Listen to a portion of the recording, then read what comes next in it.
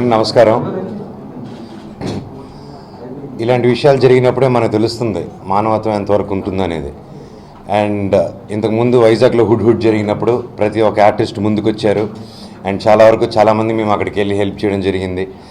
And Tamil Nadu నుంచి కూడా మనకు ఎంతోమంది హెల్ప్ చేశారు అప్పుడు హుడ్ జరిగినప్పుడు. అండ్ ఇది ఏ రాష్ట్రమో పక్క రాష్ట్రమా వేరే రాష్ట్రమా అని కాదు, తమిళనాడు మెడ్రాస్ అనేది మా ఫిలిం ఇండస్ట్రీకి అమ్మ లాంటిది. ఎందుకంటే రామారావు గారి దగ్గర నుంచి ప్రతి ఒక్కరిని అక్కడి నుంచి వచ్చిన వాళ్ళమే. అండ్ మేమంతా పుట్టి పెరిగింది కూడా అక్కడే.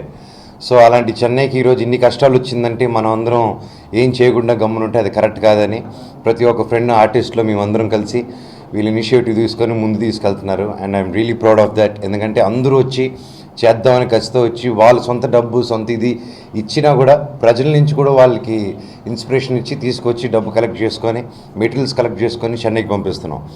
అండ్ ఆల్రెడీ 3 days నుంచి పంపించడం స్టార్ట్ అయింది. అండ్ ఇది ఇప్పటికి ఆగదు. And it be keep going. And మీ సపోర్ట్ మాకు కావాలి అండ్ మీ బలం మాకు కావాలి. This is the time we should be together. పాలిటీషియన్స్ని వాళ్ళు నమ్ముకోకండి, వాళ్ళు బాగా చేస్తున్నారు, కాకపోతే మనం అందరం కలిసి చేద్దాం. Thank you so much. ఇండస్ట్రీకి సంబంధించిన యాక్టర్స్ అందరం ఒక గ్రూప్గా ఫామ్ అయ్యి మన మద్రాస్ కోసం అనే ఒక క్యాంపెయిన్ స్టార్ట్ చేసాం.